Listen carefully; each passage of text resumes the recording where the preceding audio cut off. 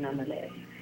Stephen Heim, a man I had never truly felt belonged in a mental institution, was beginning to grow concerned with the status of his own mental health. He explained that the trouble was stemming from a strong putrid odor that he could detect whenever he was inside the house he was renting. Stephen said the smell was akin to raw sewage. At first he thought there was a problem with his plumbing, but when his landlord sent a maintenance crew to his home to investigate, nobody but Stephen seemed to be able to detect the stink.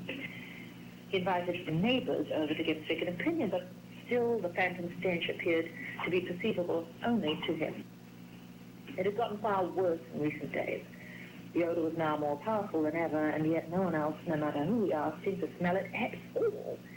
He had decided that the whole thing was in his head, so he contacted me for an opinion. I told him that the odour could very well be in his head, but I didn't think it meant that he was losing his mind. To me, the most plausible likelihood was that Stephen was experiencing some sort of olfactory hallucinations induced by flashbacks from the days of PCT. These hallucinations, referred to in the medical field as phantosmia, are sometimes known to spring up in people with a history of abusing hallucinogenic drugs, even if they've been sober for years. I then explained to him that the smell was probably harmless and would go away with time, but that phantosmia can occur in people suffering from seizures, so I gave him the number of the nearby neurologist and asked him to set up an appointment to get checked out. He thanked me for easing his concerns and told me he would call the doctor later that week. Stephen Heim would then drift from my mind until a second letter arrived at my house a few days later.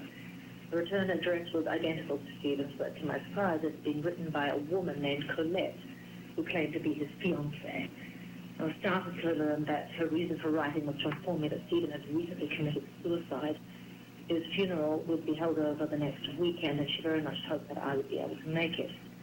I was extremely saddened to hear about Stephen's tragic death. A strange feeling of guilt swept over me. I'd spoken to him so recently. If only I'd been able to recognize the signs.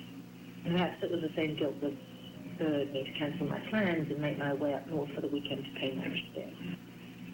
I arrived in town on the morning of the funeral. The ceremony was scheduled for the afternoon, but Colette said had requested I stop by to speak to her beforehand. So I wasn't sure what it was she wanted to discuss, but I rented a car at the airport and headed straight over to the house to meet her. I was greeted at the front door by a young woman with a sharp jaw and striking blue eyes. She introduced herself as Colette and invited me inside. I sat down at the kitchen table and made some small talk for a bit, mostly about the time I spent working with Stephen at Sequoia. Before she confessed the reason why she'd asked me to come over, she told me that the last few days had raised a lot of questions about Stephen's past, questions that she knew I had the answers to, and she was hoping to talk about them with me. Stephen's hallucinations had gotten worse after our conversation on the phone. It wasn't long before the horrible phantom odour he had complained to me about was accompanied by an equally foul taste that he couldn't get out of his mouth. Colette explained that he would go through half a bottle of mouthwash every day, but no matter how often he rinsed and gargled and spit, the taste always remained. It had gotten so bad, in fact, that he had stopped eating. As I listened to her speak, I wondered if this too could have been a hallucination induced by his prior drug use. But when Colette started on the topic of Stephen's nightmares, my mind began to formulate another, much more fascinating theory. And this is where I begin to detail the night that Stephen Heim killed his sister. On October 22nd, 1989, Stephen was alone smoking PCP in the apartment he and Janice shared. For whatever reason, the drugs sent him into a frenzy. As luck would have it, Janice arrived home just in time to catch him at the height of his drug-fueled rage. Stephen strangled her on the living room floor. As he choked the life from her, he gnawed on her face, tearing flesh away and mangling her features until her corpse was completely unrecognizable. The brutality did not end there. Stephen would take a pocket knife to Janice, opening up a gash in her body that ran from her lower abdomen all the way to her sternum. He would then proceed to devour much of her organs, including her stomach, liver, and large intestines. Covered in blood and excrement, the police found a wild-eyed Stephen still chewing on his entrails. This was the memory that was believed to have been erased from Stephen Hyman's mind, yet years later, according to Colette's story, it somehow resurfaced in his nightmare. Every night he dreamed the same detailed, disgusting scene, exactly as it had really happened. I theorized that the phantom smell and taste had been tormenting him, that there had been memories of the incident manifesting themselves in his brain by dominating his sensory stimuli. The constant aroma of raw sewage lingering in his mouth and nose was actually Stephen's mind remembering the flavor of his sister's bowels. It seemed as though Stephen realized this as well and couldn't bear the burden of guilt his newly returned memories had placed on his shoulders. The truth about what he did to his sister was too much. He used a razor blade to slice his wrist. His body wouldn't be discovered until hours later when the landlord stopped by the house for scheduled repairs. Colette finished his story abruptly, thanked me for stopping by, then ushered me quickly to the door before I could even weigh in on what she had said. She promised me that we would talk more at the funeral, but she had to take care of a few more arrangements first before it got underway. I spent the next few hours in a daze. Never before in my professional career had I heard of memories manifesting themselves in such peculiar ways. The entire situation was so bizarre, I wanted to hear more about it. I arrived at the funeral later that afternoon. A small group had turned out to mourn the loss of Stephen. Most of the people there had only known him for a short period of time, but it was clear that he had made a favorable impression on all of them, just as he had on me when I first started working with him.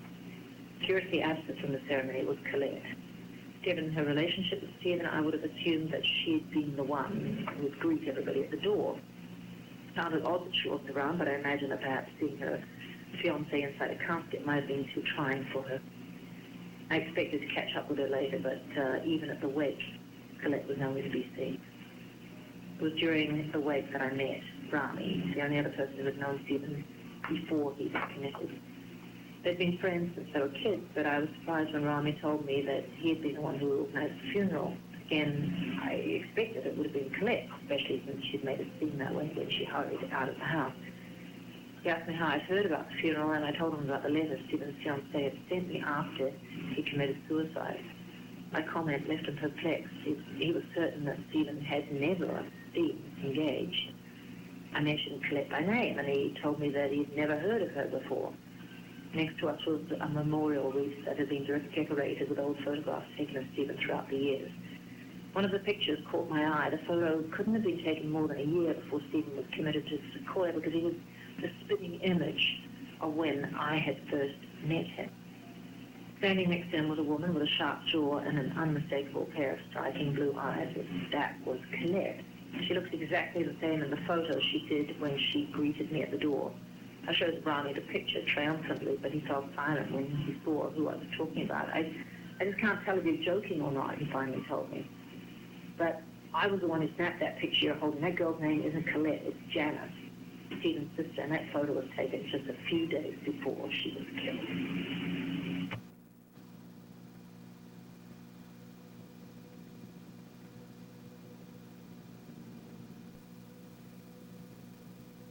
I am not a paranormal investigator. I am an author. While looking for inspiration for a book, I came across a series of stories surrounding a home in the American Pacific Northwest. It is an extremely ordinary-looking house in an extremely ordinary-looking residential neighborhood. But the stories that have emanated from its former residents and the people who lived in the town that it's located in are quite extraordinary. Through my research of the house on Wendell Lane, I have come across accounts that range from the supernatural to just plain bizarre. In order to protect the privacy of the people in the town and the current inhabitants of the house on Wendell Lane, I have not only changed the name of everyone in these stories, but the name of the street as well. Wendell Lane is just an alias for the true location of these accounts. This is the Wendell Lane Diaries. In early September, I received an email from a source that did not wish to be identified by name. The subject line in the email was titled, "Wendell Lane, the phone in the kitchen." Normally, I don't open emails regarding the house from people I haven't contacted, but curiosity got the better of me, so I opened it up. This is what it said. Mr. Cava. First of all, I'd like to say that I enjoy your work, and I'm happy to hear that you're thinking about writing a book about the house on London Lane. The reason I'm writing you is because I know that you've been researching the house, and I believe I have some information that you might be interested in. I'm sending you a journal entry written by David Porter, a man who lived in the home between the years of 1984 and 1987. I will, of course, also be providing you with all the necessary documents to back my claim. One final request. I implore you not to release my name. This document was obtained illegally, and I do not wish to incriminate myself.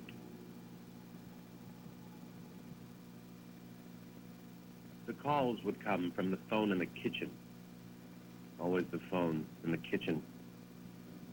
If the other phones rang, I could expect to speak to someone who was alive. But if it was just the kitchen phone, then I knew the caller would be dead. They came at odd hours, too. Always early morning before the dawn would break. I had known them all when they were alive. They were relatives and friends, co-workers, neighbors. Each and every one of them were people in my life who had passed on to the other side. Some of them I got to know better after they died than when they were still alive. My grandmother was one of the first calls I received.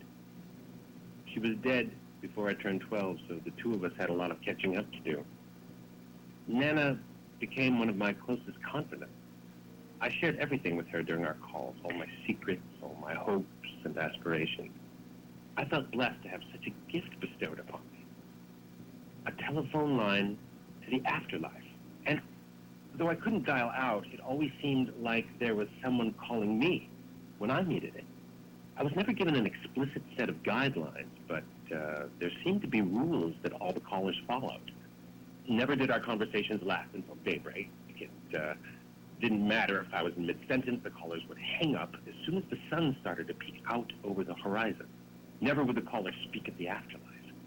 And it didn't matter how hard I pressed them. Each and every one was a master at pivoting the conversation away from the topic. Lastly, never was I allowed to tell another soul, even my brother Danny, whom I was closest in the world with. These were small prices to pay, of course. Phone line to the afterlife meant I never truly lost anyone. And then my brother's accident happened, and everything changed. Danny's car hit a patch of black ice on the freeway, and he lost control. By the time I got to the hospital, his wife and children were already there. Danny was in critical condition, but he was fighting for his life. His injuries were too numerous to list. I looked into the terrified eyes of his family and felt a strange sense of shame. I wouldn't be losing my brother that night. Even if he couldn't pull through, he would still talk on the telephone in the kitchen. For his wife and kids, though, he'd be gone forever. Didn't seem fair. I needed to speak about it with someone who would understand, so I excused myself for a little while, drove home, and sat by the phone. It rang after about 15 minutes. It was around 3 a.m. at the time of the call. I'd been expecting my grandmother, but when I heard the voice on the other line, I felt my heart drop. It was Danny, which could only mean one thing. He'd passed. He was in a relatively pleasant mood for a man who had just died. Believe it or not, he seemed more interested in counseling me than grieving over himself and his family. We spoke for 2 hours, until just before the crack of dawn, and he comforted me with his words. I felt much better about myself after he'd hung up. No longer did the shame weigh so heavy on me. Danny had been able to alleviate the burden. I drove back to the hospital to meet his family. His wife and kids were strong people, and deep down in my heart, I knew they would eventually come out of the tragedy okay. But when I got back to the hospital, I was surprised to see Danny's children smiling.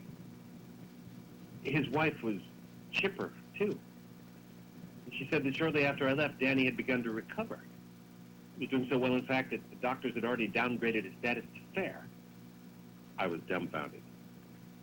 If Danny wasn't dead, then how had I been talking to him? According to the doctors, he'd regained consciousness before I made it home. we were told my brother would make a full recovery. And we're allowed to talk to him later that afternoon. He was in good spirits, and I was happy for him and his family, but the whole situation had left me more than a little disturbed. I waited once again in eager anticipation for my next call from the other side. I'd been sitting at the kitchen table for an hour when it finally rang. It was around 4 in the morning. I picked up the line. It was my brother again, or at least someone who sounded just like him. I let the voice speak for a bit before I cut it off. I informed it that my brother hadn't died in the car wreck the previous night, and that I no longer believed it was genuine. I tried to continue its charade for a bit, but eventually conceded. I'm just so lonely, it told me. Please, won't you still talk to me? And now its voice sounded just like my grandmother's. I can be anyone you want me to be. That was all I needed to hear. I pulled the phone from the wall and tossed it in the garbage bin outside.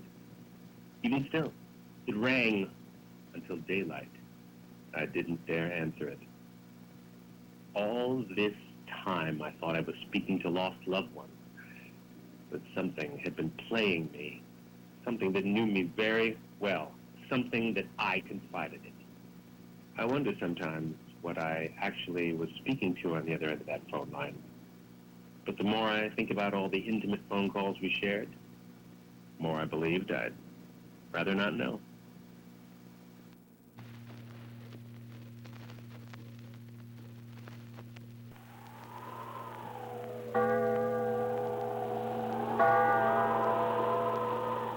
The Witch's Tale.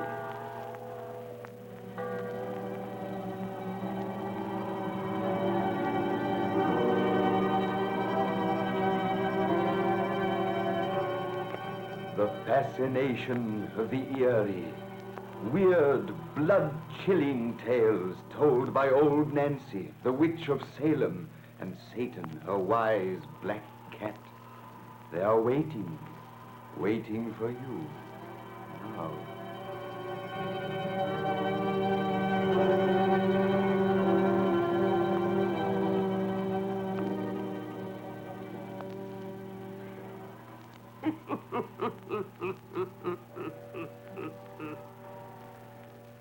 Another 17-year-old I be today. Yes, sir, 117-year-old. Well, Satan, this be a nice night for one of our cheerful little bedtime stories, yes? Oh, Satan's got a yarn to fit just such a night as this.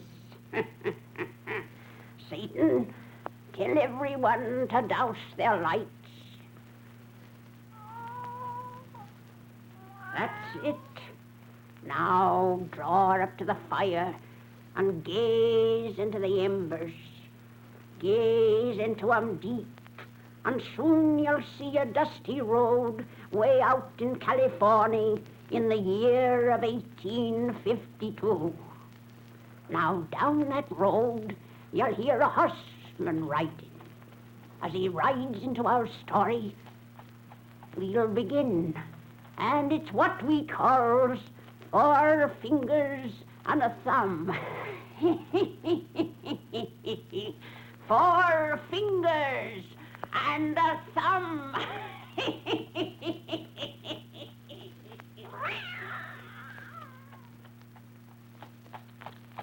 Wait up for me, Burke. I'm a-waiting, Dan. Hey, there ain't no end to travel alone when I can find a sociable fella to talk to. You going to the mine on business? Well, Cash sent in word by one of his Chinamen that he was itching to play a little stud poke this evening. Yeah, like everybody else in these parts, I think he's a low-down, dirty skunk. Well, if he wants to risk his money against mine, there's no reason why I shouldn't let him do it. Cash is a good card player. Yeah, and the boys have got an idea that you're deliberately easy with him. Well, they're entitled to their opinion, I reckon. Burke, I want to talk to you like a Dutch uncle and to warn you. Warn me? Yes, You ain't deceiving anybody by your actions, Cash Pelton least of all. Dan, I guess I don't understand you. Well, here it is in plain words, then. You're crazy about Cash's wife, and she's crazy about you. Cash is old enough to be her father, and someone ought to bash his head in for the way he treats her. Unless you come out bold and take her away from him mighty quick, he's going to get you some way. Cash has no reason to be jealous of me. Decent women neither respect or fall in love with my kind, Dan. I make my living with my wits and 4 trained fingers and a thumb. You're a square gambler, Dick Burke. Well, how you getting along with the Chinese at the mine, Dan? Do you dislike them as much as ever? And don't every decent white man in California despise the yellow devils, excepting you? Well, they're mostly clean, conscientious, and honest. Yeah, you wag your tongue too free sometimes defending them heathens. The general feeling agin them is getting higher all the time. You know, I lived in China for nigh on 5 years, Dan. Yeah, that's where I learned the fine points of gambling. And I also learned the Chinese are mighty fine people if you treat them right. Maybe so. But you better not be spouting such ideas to anyone but a friend like me. Round here, if it was thought you looked on Chinamen as equals, you just have to close your card room and get out of town. Yeah, I know. But I don't want to leave this town yet. I know that. Well, there's Cash's house ahead of us, and it looks like Mrs. Pelton is standing by the road. Yeah, I see. Well, I'll turn off here. See you later, Bert. Good night, Dan. I've been watching for you, Mr. Daly. You must go back the way you came before Cash sees you. Go back? Why, he sent word for me to come here. I know. If you play cards with him tonight, no other white man in this county will ever play with you again. Why? He's got a Chinaman waiting in the house to join your game. A Chinaman? Yeah, Chang Lu, who's head man among the coolies. Oh, Cash hates you, Mr. Daly. If you play, it means to spread the word around and ruin you. And if you don't play, well, he's got a gun strapped on his hip, and he's been drinking. But if I go away, he'll know you warned me. Oh, he won't hurt me. Say, why do you keep that side of your face turned away from me, Mrs. Pelton? You kept it so ever since you came to meet me. Let me see. No. I thought so. It's all bruised where he's hit you again. Oh, Cash ain't ever hit me. And anyway, there's nothing you can do, nothing. Oh, if only you'd give me the right. I've never said it before, but you've known it without my saying that I love you. Just as Cash has known it. Oh, don't. I'm dealing a square hand, Susan. Let me send you to my sister in Virginia till you get a divorce. Then let me come and marry you. Or marry some other fellow who's a whole lot better, just so as you could get away from this. Oh, there couldn't be anybody better. Susan, you mean... Oh, I mean I married Cash Pelton for better or for worse, and there's nothing to be done about it. There is. No, please go away now. Hey, Bert Daly. So my little wife went to beat you, Daly. Well, hurry up. My fingers are itching for the cards. So am mine, Cash. What are you going to do? Play. But it'll ruin you to play with a chink. I'll gamble on that. Oh, you mustn't. Quiet. Oh, come on, Daly. Table, cards, and whiskey all waiting. All you gotta do is lay your money down and meet the fellow who's gonna make our third. Come here, Chang Lu. I want you to meet a friend of mine. This humble person is honored to stand before the most excellent Mr. Daly. I am very pleased to meet you, Mr. Chang. Huh? And I shall be pleased to play cards with you. You're willing to shake hands, too, with a Chinaman. It's a custom to shake hands with the friends of your host. I clasp esteemed hand in spirit which offers it. It is written that 4 fingers and a thumb extended in friendship greater than 10,000 hands coming with swords. And another sage of your country has said, evil plans rebound upon the planner. I knew a namesake of yours, Mr. Chang. You refer to the sorcerer, Chang Lu? Sorcerer? Yes. Are you of his family?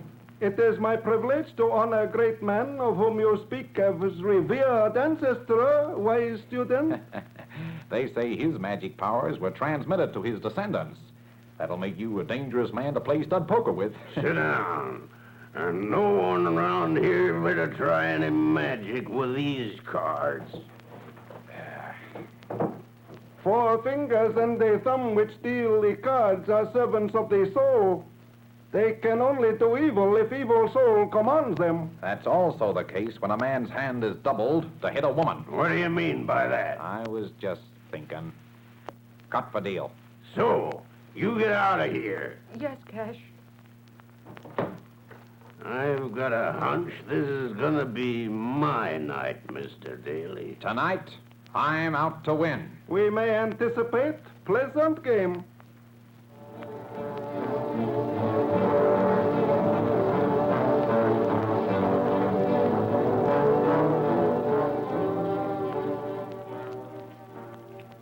Bet 100. Them 3-5 you got shown don't look like much to me, Daly. My 2 pair raises you 100. The wise man does not go to war unarmed. I prudently withdraw. Let's raise it another 500, Cash. If you got me beat again... There's only one way to find out. You can't bluff me. I'll see you. Only see me. Haven't you got a full house, Cash? Yes, I got a full house, and here it is. And if you got another 5 in the hole... Here it is. I never saw such luck. If it's only luck. It's only luck and purpose. Your deal, Mr. Chang. Well, I'm quitting for a while to stretch my legs. Walking around your chair don't do much good, Cash. Why not try unbuckling that pistol from your belt?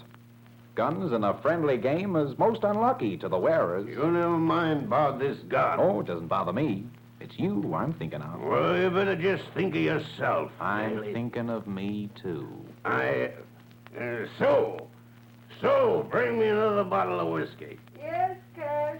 It's pretty late. Be a good idea, don't you think, to let your wife go to bed and get some sleep instead of totting liquor.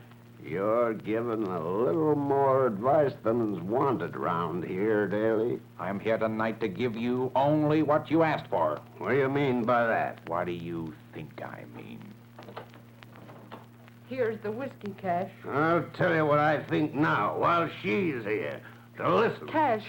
So, you told him tonight was to be a showdown between him and me. That's why you sneaked outside to meet him. But you walked into it anyway, Daly, thinking you'd find a way to bluff yourself out. Well, you won't. Tomorrow I spread the news that you played cards with his heathen Chinese. And if that don't drive you out of town, I'm coming gunning for you. You haven't nerve enough to gun for me. By God, I'll do it now. Don't draw that gun. God, my wrist. That's a trick I learned in China. And now you'll get your showdown. Don't shoot. No. I don't use a pistol on an unarmed man. I'm going to throw this gun into that far corner, Cash, and the best man gets it. We start even now. No, Come on. I'm coming. Stop him, Chang Lu. Stop them. Man's destiny cannot be altered. Just stand there and stop them. A good clock does not strike before the hour. Fair. He's drawn a knife. Fight fair, Cash. Fair. I'm gonna kill you, lover. Chang Lu. Now destiny time is here. Keep out of this, Chinese. Look out, Chang Lu! That knife. I got you now, Cash. Gotcha. Fair. A good blow. You have felled him into the land of sleep, Mr. Daly, from which he will presently return more sober, if no less evil. If you hadn't have stepped in, he'd have got me. There's blood dripping from your sleeve, Chang Lu. His knife struck you. A mere nothing for a friend. Oh! Susan! Look, on the floor. God! Yes, his blow cut off my unworthy hand. Chang Lu! Accept it as payment for 4 fingers and a thumb extended to one of a despised race in gracious spirit. Get a bandage, Susan. Then run for old Dan and send him for a doctor. Right away. You trouble too much. Destiny cannot be altered, Hold him, I feel him. but 4 fingers and a thumb, though severed, are still servants of the soul. Tell unworthy Mr. Cash Pelton that when he recovers, What did he mean by that? I don't know.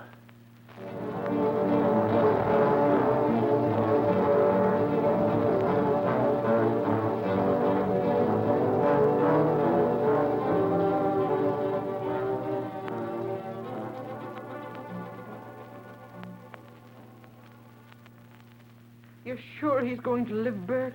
You heard the doctor say we stopped the blood in time. But maybe we should have stayed back with the chink in his shack. He's better left with his own people. Chang Lu has a mighty honored name among those Chinese. They'll take care of him. They may avenge him, too. You told Cash that when he come to. And I wasn't fooling.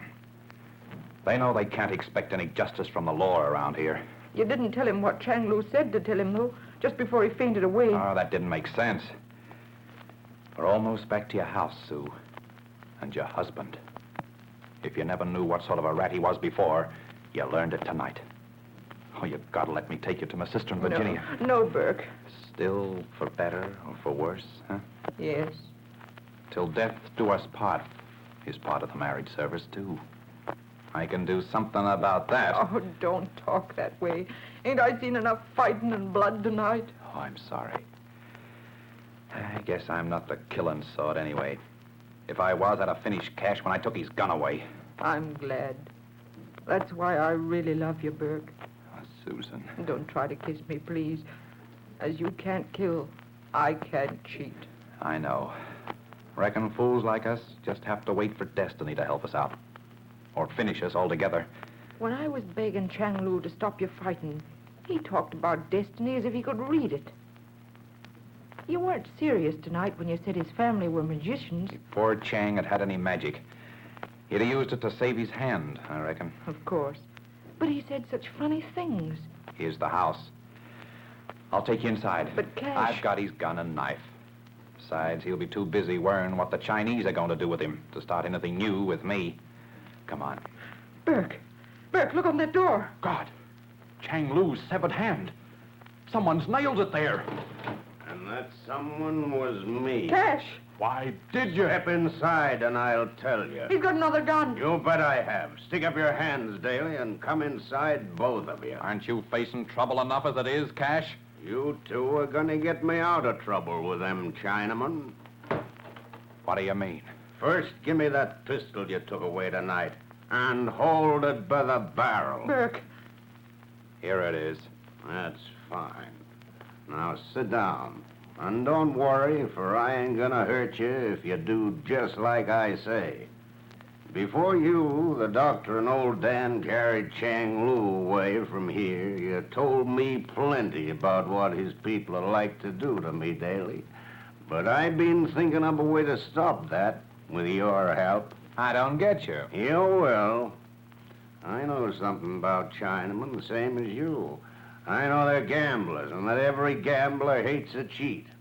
All of us are going to swear that I cut off Chang's hand because we caught him cheating. Oh, you're crazy. Yeah, like a fox. Neither of you are going to be out of my sight until you tell that story where it's got to be told. And I'll have a gun on you every minute till you tell it. They won't believe it if we do tell it. I've thought of that. That's why I nailed that hand outside the door. It's gonna be the clincher. When they see that, they're gonna feel sure a man with nerve enough to put it there is in the right. I'll never back you up in such a rotten lie. If you don't, you'll get a bullet in your heart. Cash. I mean what I say. Someone's knocking. It may be the Chinese now. Open the door, Sue. And remember... I'll do whatever you say, Burke. You... He'll do what I say, too. Open that door. There's no one here. Someone knocked twice. I know, but they're gone. Well, let me see. Well, that's funny. No one in sight. Guess we didn't hear no knocking. Close the door.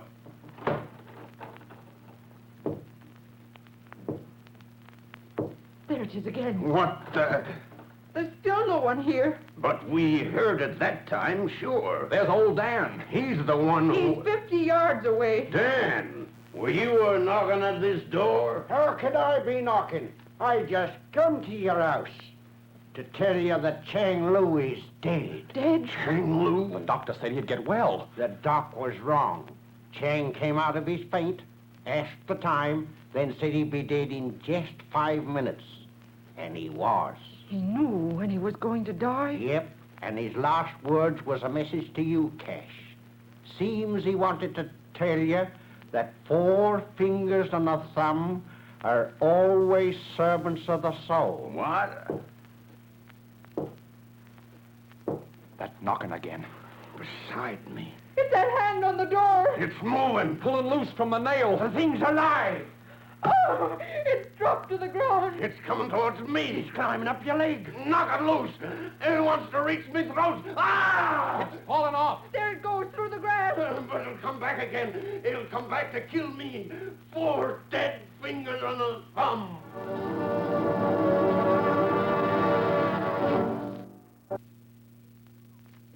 Gentlemen, we are in the Great Hall of the Institute of Technology in Zurich, Switzerland. As you have already read in the newspapers, a most amazing discovery has been made in this most peaceful of countries. It seems that Dr. Victor Frankenstein, once thought to be a character in a story, did actually exist and created what we have come to call his monster. The purpose of this meeting today is to hear, for the first time, the actual voice of the monster. Strange as it may seem, Dr. Frankenstein made crude recordings of the monster's voice. The machine had to be rebuilt from Frankenstein's plans under the direction of Dr. Heinrich Erroneous, the famed electronics engineer and dean of the university here.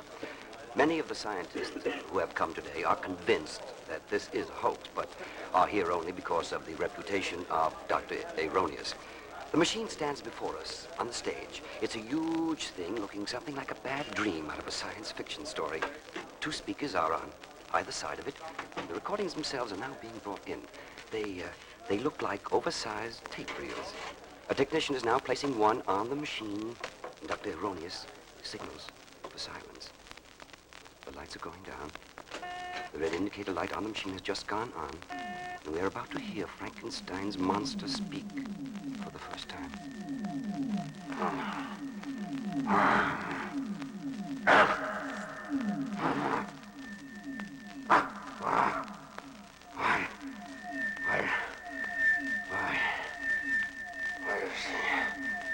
Why does he do this?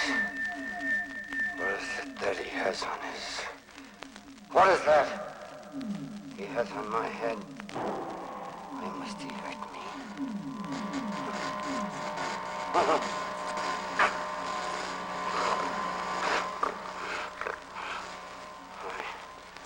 Why do you look at me that way, Dr. Frankenstein? I know your name. I hate your name. Yes. I am your creature. But which one of us is the horror that scares little children? Is it me? Or is it the man that made me, who had evil in his mind to create the awful thing that lies here, lies waiting to get free and to kill you?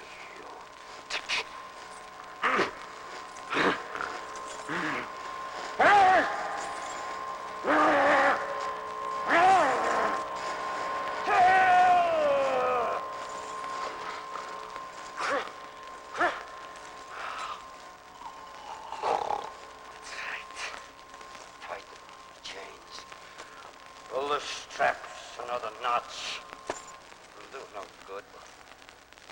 I have time. All the time I need to put an end to you. Strange. Strange to have thoughts and to be so different from the little ones I see. The ones that scream and run from me. Strange to know why I frighten you. But not so strange to want to crush them. Feel them in my hands. To tighten my fingers and see them die.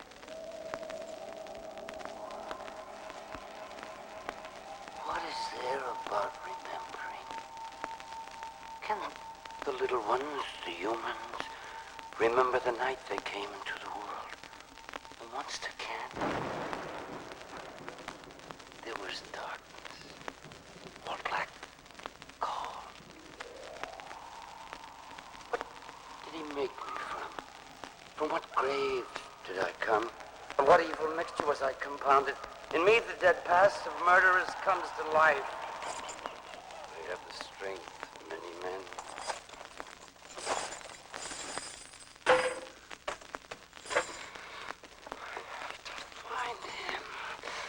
I have to see the one that gave me life. Where is he? Where is Dr. Frankenstein?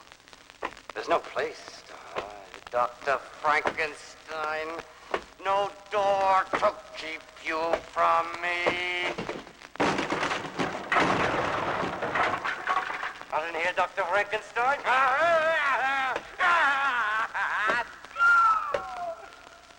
Can't be far from me.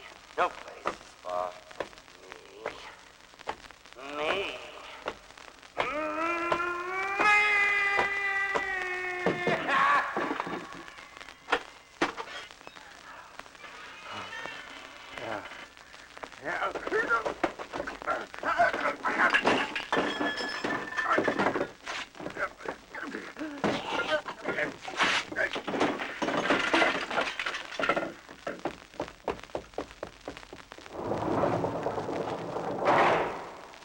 Safe for now, Dr. Frankenstein.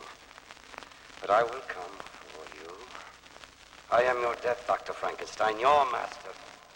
I have but one purpose, to end your life. Escape if you can, Dr. Frankenstein!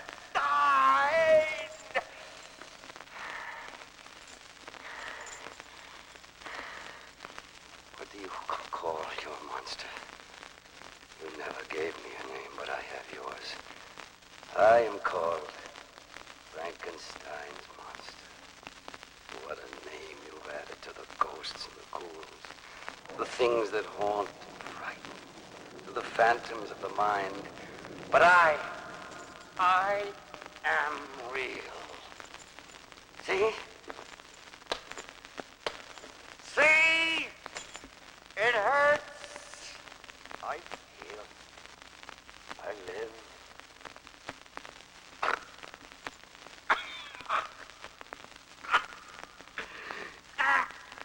I speak. I get my words. I am the monster tied to you forever. The hell that can only free you by giving you death. It's too easy for you. Too kind. Too gentle. While you live, you suffer. I see now that's my purpose. My only revenge. Frankenstein! I give you the gift of time to understand the horror you created. And for myself, I will amuse myself with terror and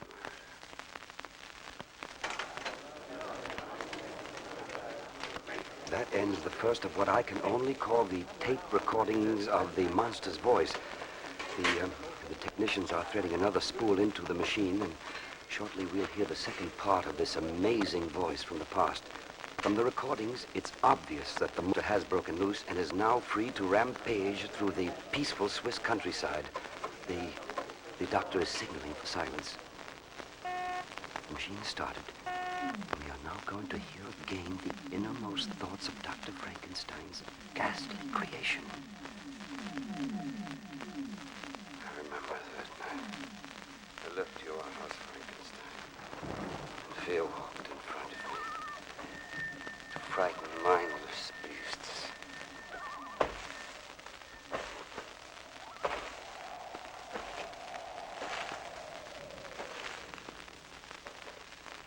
Lights, yes, lights, and people, cozy and warm. A family, yes, together, warm and loving, touching, mother, father, child touching. Shall I wait until they sleep? Or is the horror twice as horrible when it comes out of nowhere?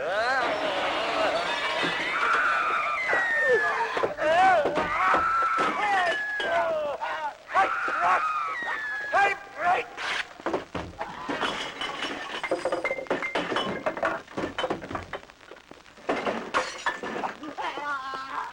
No man can stop me!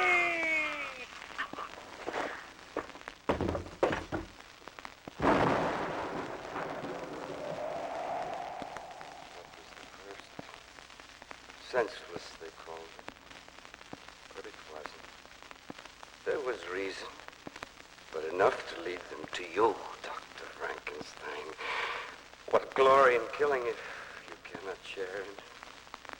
It's not an easy thing to be a monster, to be hated and feared, to be alone. But I'm not alone, am I? I have you, Dr. Frankenstein. I'm your child. Why do you step back from me? Come closer. Closer. No.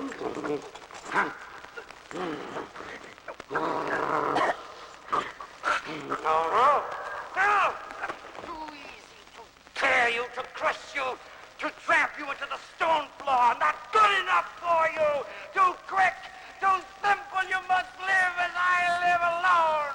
Hated and hating. That's punishment. You tried to stop me, remember? So little faith in your own creation. But I stopped you. Did it hurt? Did you feel pain? I picked you up. Remember what power I felt to have your life in my hands? For a moment, I was your judge, your jury, your executioner. But no, I didn't condemn you, not then. If you died, what would I have to live for? What a weak, helpless thing you are. I saw you lying there, eyes half closed, making believe you were unconscious.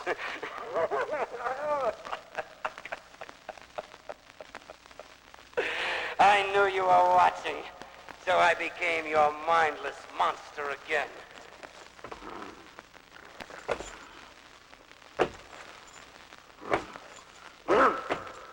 With no purpose but to kill. But I had a plan, yes.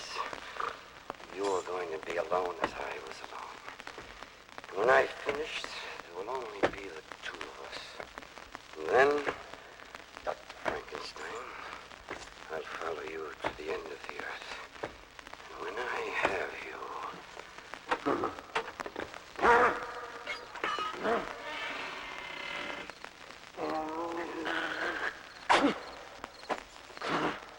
I must kill.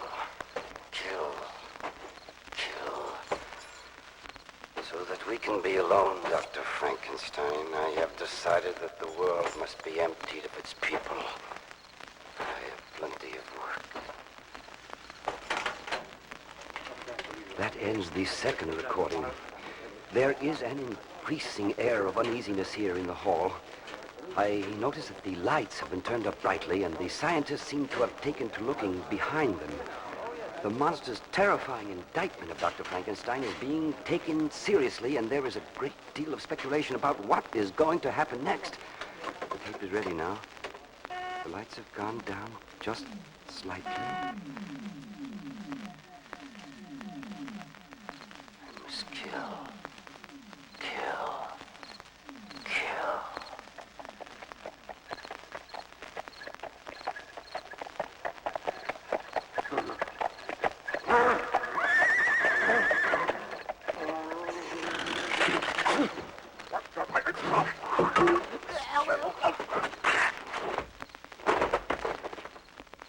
They come apart so easily.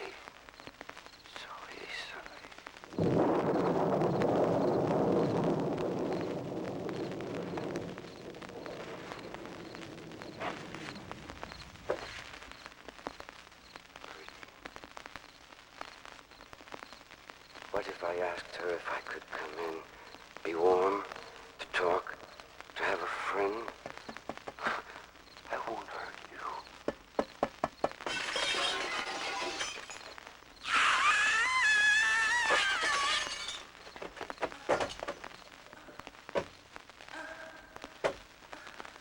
I hold out my hands to her. I speak to her, but she doesn't hear what I'm saying. My voice...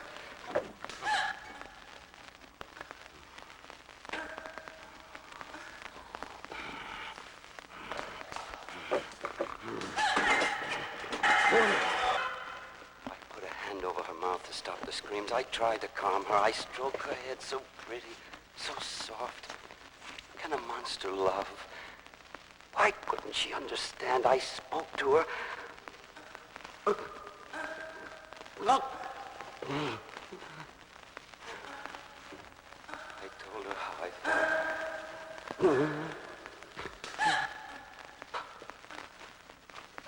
She wouldn't listen. She kept trying to scream. I didn't want to frighten her, not her. She tried to get away.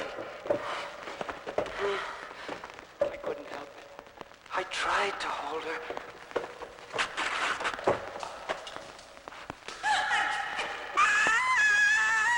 The life went out of her. I'm a monster. Yes. But I wanted to undo what I had done. I want to see her moving and breathing again. And in this whole world, there was one man who could help me. You, Dr. Frankenstein. I was willing to give up all thoughts of revenge if you could bring her back to life. I carried her back to you. I prayed that nothing would happen to you. I wanted you safe so that you could help me and bring her back to me. And then I would go away with her and never bother you again. Or hurt another human being again, a bargain. All I wanted was to make a bargain. And I forgot for that one little second of time who I was, what I was, and why I was alive.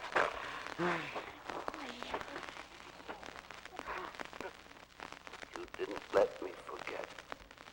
I came back. I showed you the girl, and you called me fiend from hell. I begged. I pleaded, but you couldn't understand me. And in my concern for the girl I had killed, I let you strap me down. I thought you were going to help, so I went to this metal couch and let you put this machine on my head while she lay crumpled on the stone floor.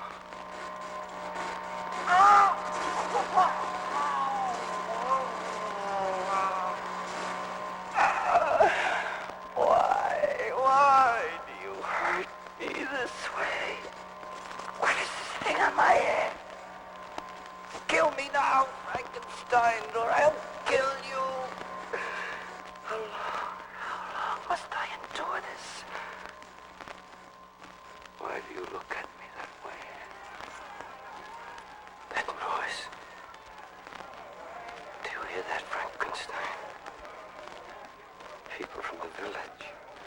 They come to find me, to destroy the monster. To kill the man that made it. I can save you, Frankenstein. Let me loose, and they won't hurt you. That's reserved for me. Let me up. What's that?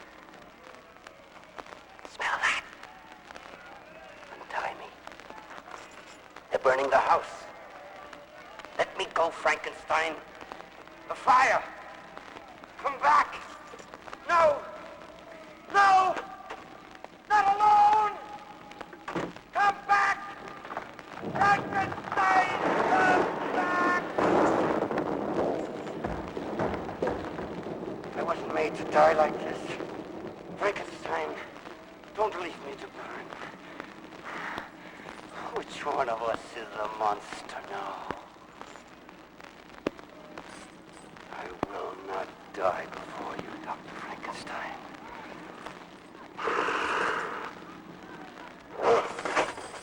You made me too strong for chains. I think I died in the fire.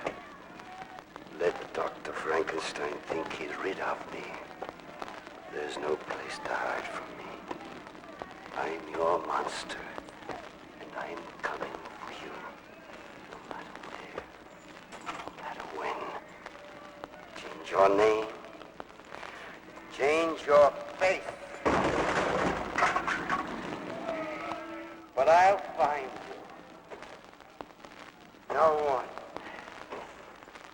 No one is safe from me.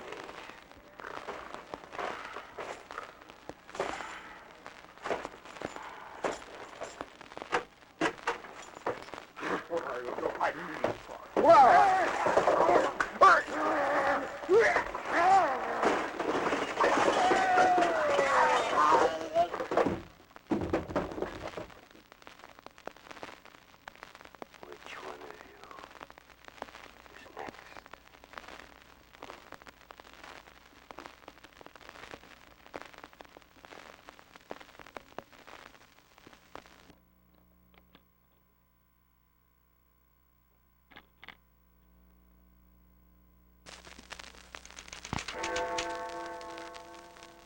11.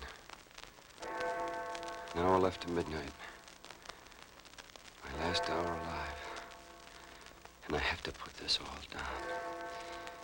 1 hour left to tell the story of how I found Count Dracula. Why did it have to drag me down there? Something I can't understand kept me going. Now it's too late. He's coming for me.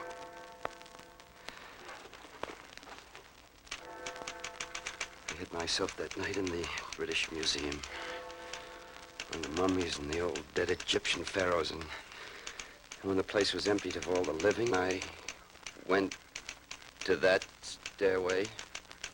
And I went down and down and down to a hell I never thought could be. I had to find him. Anyone, whoever you are. When you read this, you've been warned. Back at midnight, it'll be too late for me. But you may be the next one to find that dreadful door at the end of the stairway.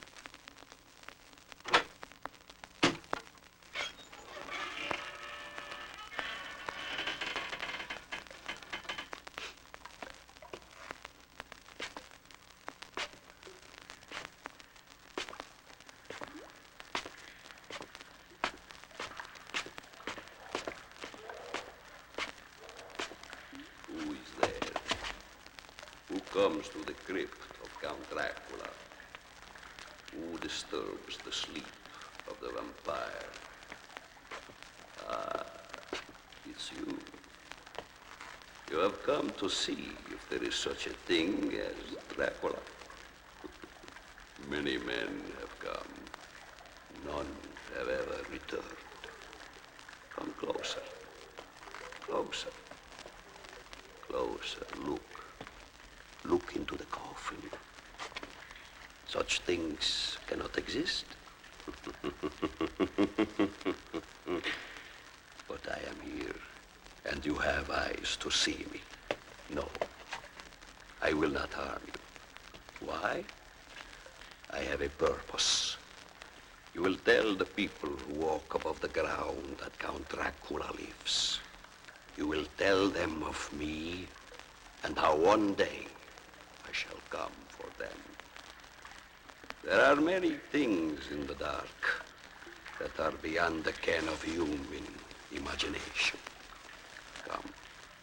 Come. Sit on that coffin there. It is empty for now.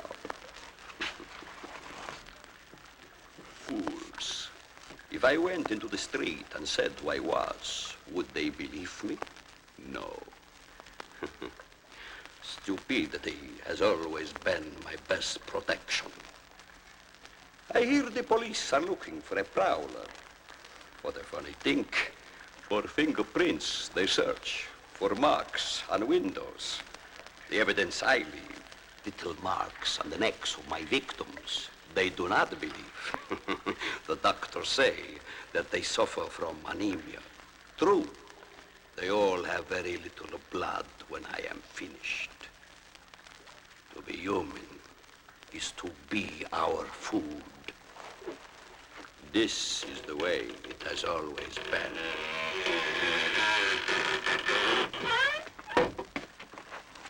No, don't move away from me. It is the nature of things for some people, you, to be victims of a superior being, me. Come with me. No, I will not harm you. Now, you have my word as the king of the vampires, the word of Count Dracula. Out of the way, my pets. Do not fear. They are only rats. Look, my friends, the bats have returned. Igor, Maximilian, Philip, here. My bats, come. Sit on my shoulder. Little bat. They make such lovely pets. They eat anything I feed them.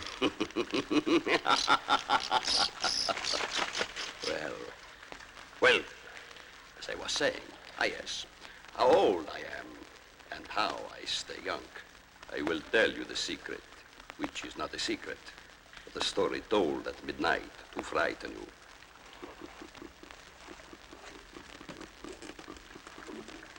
I drink blood.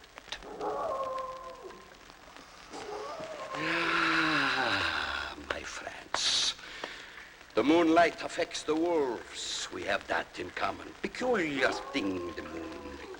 It brings out in all of us such beautiful ghastliness. Charming things are done in the light of the moon. It's a time for evil, for murder, for Count Dracula to drink. Shh! I command you, silence. There are many powers that I have, and all the creatures that roam the night obey when Count Dracula commands. If you are my friend, then nothing can harm you.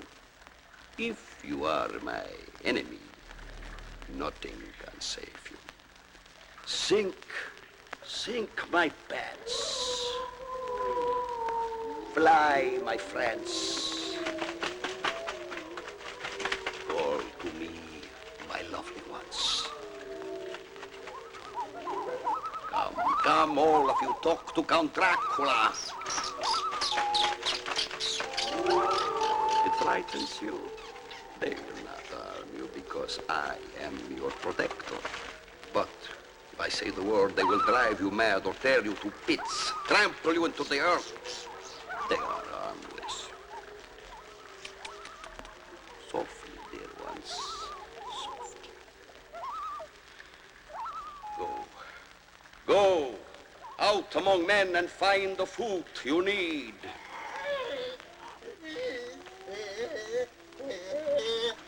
No, this one is mine. Stand behind me. When I am finished with them, perhaps you can have a little taste.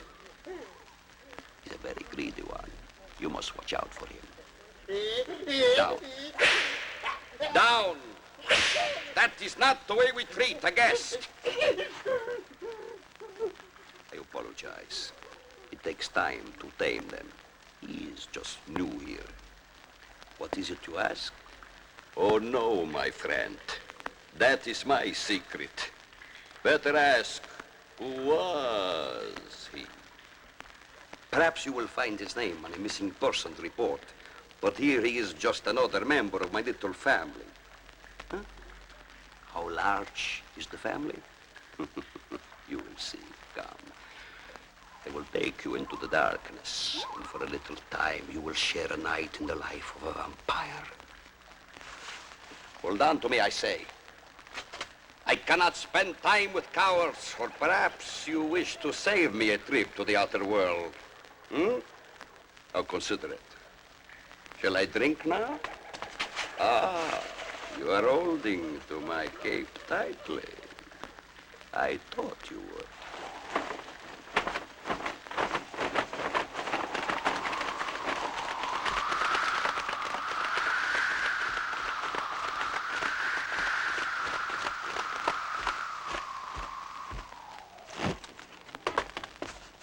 You see how easy? Take my arm. Let us walk a while I choose a victim. No, do not try to stop me from what I shall do tonight. All right, then. Take your little knife. Stab me. Go! Strike my heart!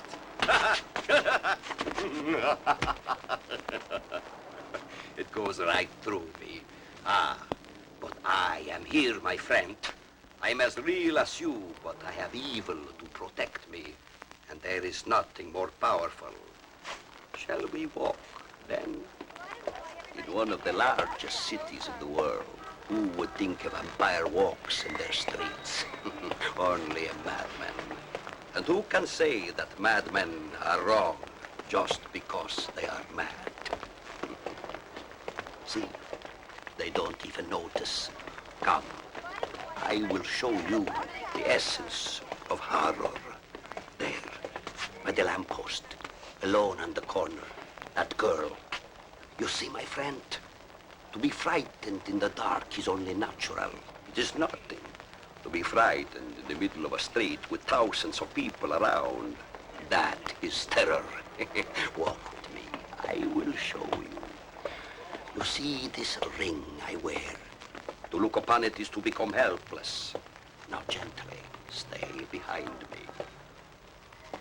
Good evening, young lady. I beg your pardon, but I am a stranger to your city and have lost my way. Can you tell me, please, the bus to Kensington Gardens? Now show her the ring. Excuse me if I point, young lady. I walk to the corner there. See how she stares. And the number of the bus, my dear? She's in my power now. Walk with me, young lady. You see? See how easily she comes? Is it not an impressive demonstration, my friend? What will I do with her? My dear innocent friend, what would I do with her? I am a vampire. Here, into the alley. No, you cannot prevent me. I warn you, do not interfere. Do not try to be brave. Brave men have died before, and quickly. Look at my ring. Fool. You think Count Dracula can be stopped? Her throat, so soft, so warm, so full of life.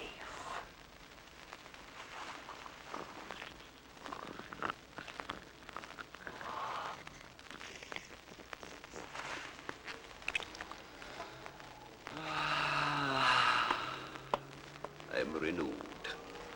The blood that flowed through her veins is all mine. That was her only purpose in life, to give me strength.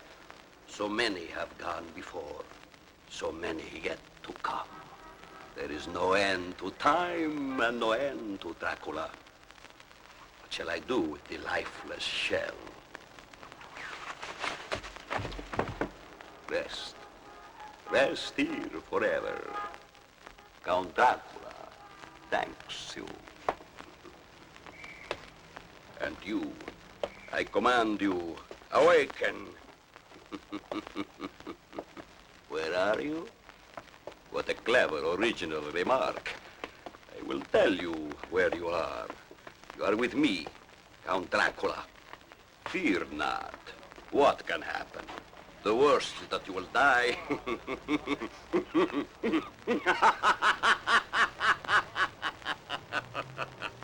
Don't fret. There are better men below the ground than are walking on the top.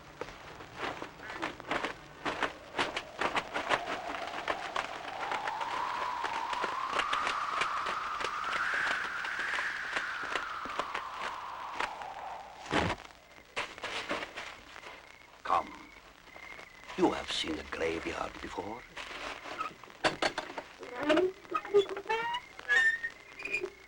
Don't pull back. You are the one that wants to know everything. Be brave, if you can.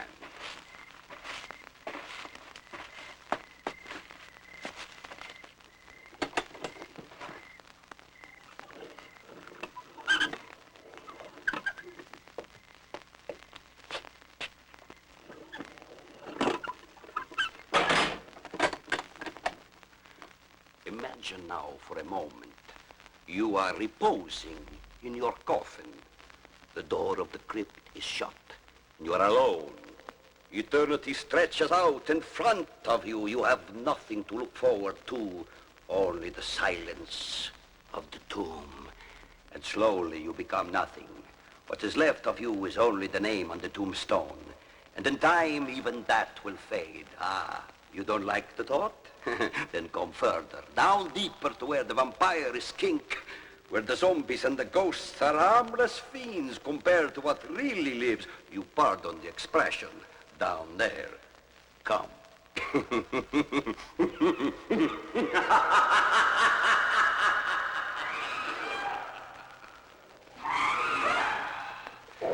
They are not pleased to see you, my friend. I cannot vouch for your safety. Down! Down! Away! Away! See, they are almost uncontrollable tonight. Come quickly. Come quickly, we will find you a little more safety, perhaps.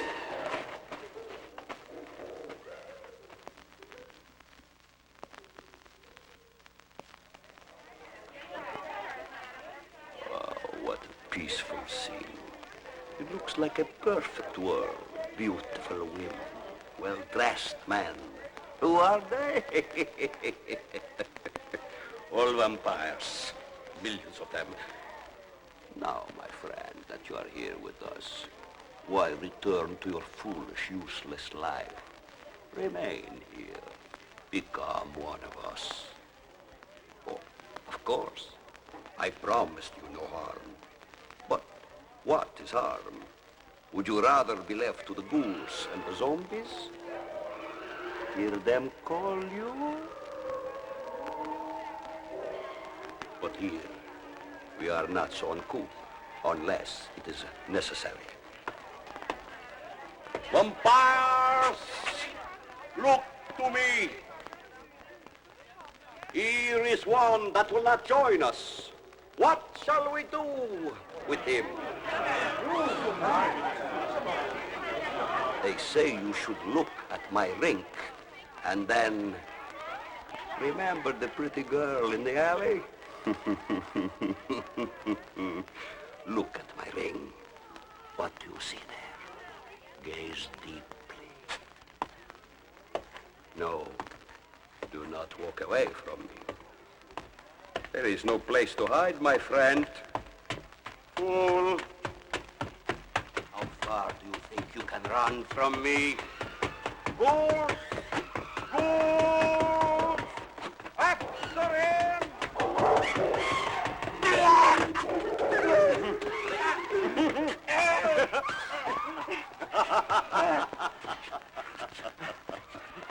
You see, you are here with me, and there is no way out, except...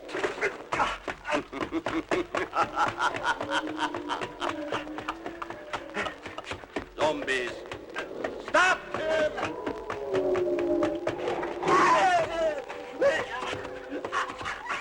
Do not scream, my friend. Count Dracula has given you his word that you shall be safe, and that is how it shall be, for now. Look into my rink, and you will find yourself back among the living. Look. But before you go, I tell you this. In the normal life you lead, you will try to forget what you have seen here. But it will all come back to you in your nightmares. And you will not be able to explain it away as a dream. And some night you will be sleeping peacefully, and you will think you are safe. And on that night, very night, a wolf will howl, and I will come for you. Slowly, quietly, I will come into your room. I will come to your bed. I will lean over and gently bite your neck. And then, my friend, you too will be a vampire.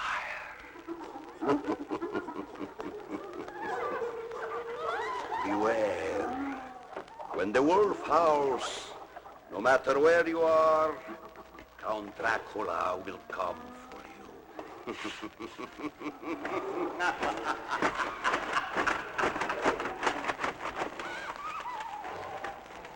Farewell.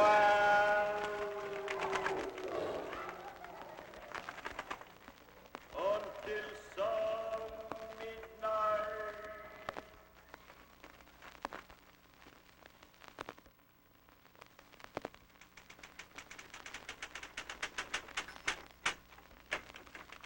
There. Done. But what is done? To escape from that place of evil? To go back to the world of men for what? Only to be taken back again? He's coming for me.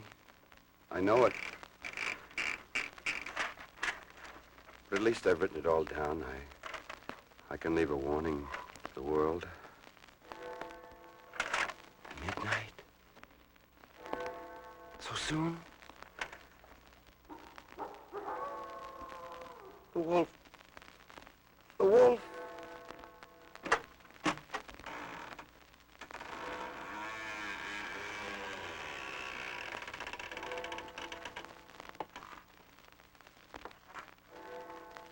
My friend, it is time. I have come for you.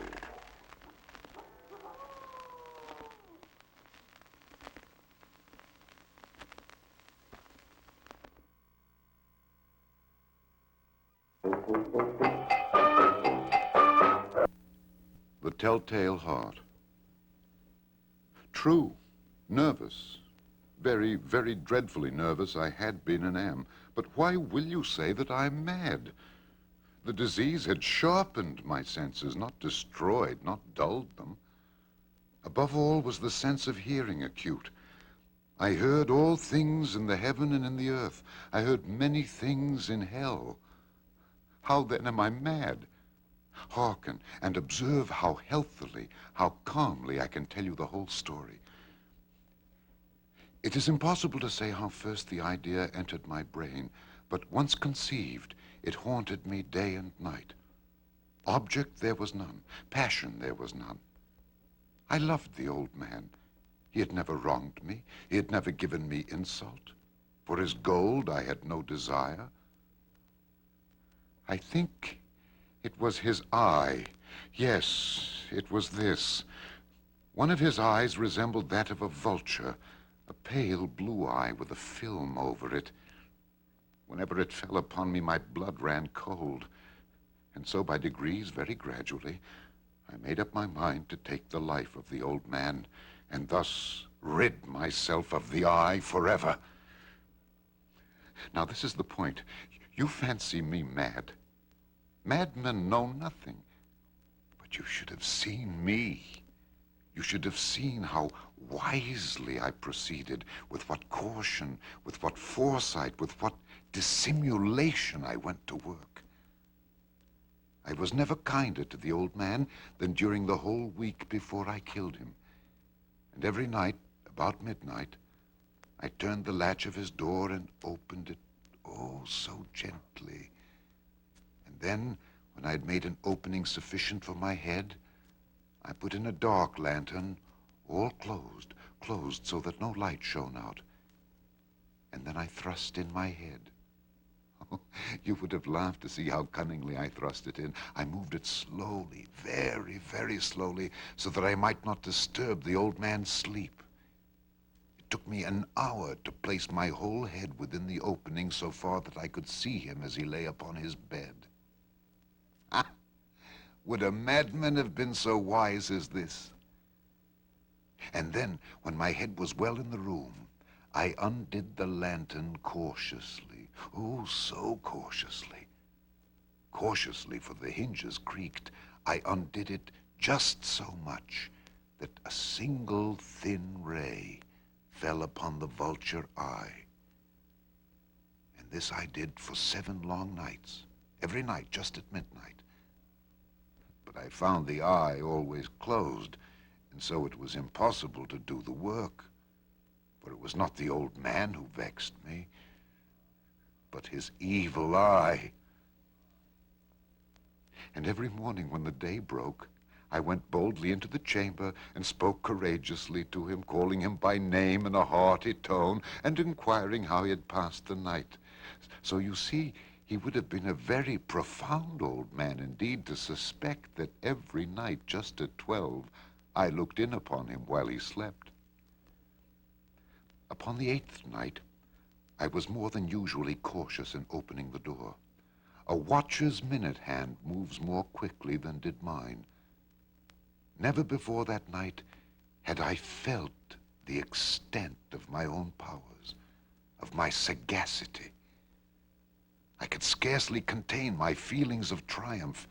To think that there I was opening the door little by little, and he not even to dream of my secret deeds or thoughts. I fairly chuckled at the idea. And perhaps he heard me, for he moved on the bed suddenly as if startled. Now, you may think that I drew back, but no. His room was as black as pitch with a thick darkness, for the shutters were close fastened through fear of robbers, and so I knew that he could not see the opening of the door. And I kept pushing it on, steadily, steadily. I had my head in and was about to open the lantern when my thumb slipped upon the tin fastening, and the old man sprang up in the bed crying out, "Who's there?" I kept quite still and said nothing. For a whole hour I did not move a muscle, and in the meantime I did not hear him lie down. He was still sitting up in the bed, listening, just as I have done night after night, hearkening to the death watches in the wall. Presently I heard a slight groan, and I knew it was the groan of mortal terror. It was not a groan of pain or of grief, oh no. It was the low, stifled sound that arises from the bottom of the soul when overcharged with awe. I knew the sound well. Many a night, just at midnight when all the world slept, it has welled up from my own bosom, deepening with its dreadful echo the terrors that distracted me. I say I knew it well. I knew what the old man felt and pitied him, although I chuckled at heart. I knew that he'd been lying awake ever since the first slight noise when he had turned in the bed. His fears had been ever since growing upon him. He had been trying to fancy them causeless, but could not. He had been saying to himself, "It is nothing but the wind in the chimney. It is only a mouse crossing the floor, or it is merely a cricket which has made a single chirp." Yes, he had been trying to comfort himself with these suppositions, but he had found all in vain. All in vain, because death, in approaching him, had stalked with his black shadow before him and enveloped the victim. And it was the mournful influence of the unperceived shadow that caused him to feel, although he neither saw nor heard, to feel the presence of my head within the room. When I had waited a long time, very patiently, without hearing him lie down, I resolved to open a little, a very, very little crevice in the lantern. So I opened it. You cannot imagine how stealthily, until at length a single dim ray, like the thread of the spider, shot from out the crevice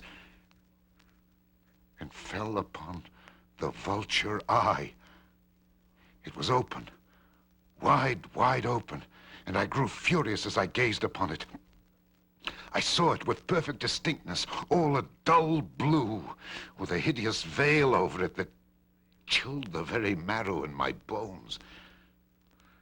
But I could see nothing else of the old man's face or person, for I directed the ray, as if by instinct, precisely upon the damned spot. And now, have I not told you that what you mistake for madness is but over-acuteness of the senses? Now, I say, there came to my ears a low, dull, quick sound, such as a watch makes when enveloped in cotton. I knew that sound well, too. It was the beating of the old man's heart. It increased my fury as the beating of a drum stimulates the soldier into courage. But even yet, I refrained and kept still. I scarcely breathed. I held the lantern motionless. I tried how steadily I could maintain the ray upon the eye. Meantime, the hellish tattoo of the heart increased. It grew quicker and quicker and louder every instant. The old man's terror must have been extreme. It grew louder, I say, louder every moment. You mark me well? I've told you that I'm nervous. So I am. And now, at the dead hour of the night, amid the dreadful silence of that old house, so strange a noise as this excited me to uncontrollable terror. Yet for some minutes longer I refrained and stood still. But the beating grew louder, louder. I thought the heart must burst. And now a new anxiety seized me. The sound would be heard by a neighbor. The old man's hour had come. With a loud yell, I threw open the lantern and leaped into the room. He shrieked once only. In an instant, I dragged him to the floor and pulled the heavy bed over him. I then smiled gaily to find the deed so far done. But for many minutes, the heart beat on with a muffled sound. This, however, did not vex me. It would not be heard through the wall. At length, it ceased. The old man was dead. I removed the bed and examined the corpse. Yes, he was stone dead. I placed my hand upon the heart and held it there many minutes. There was no pulsation.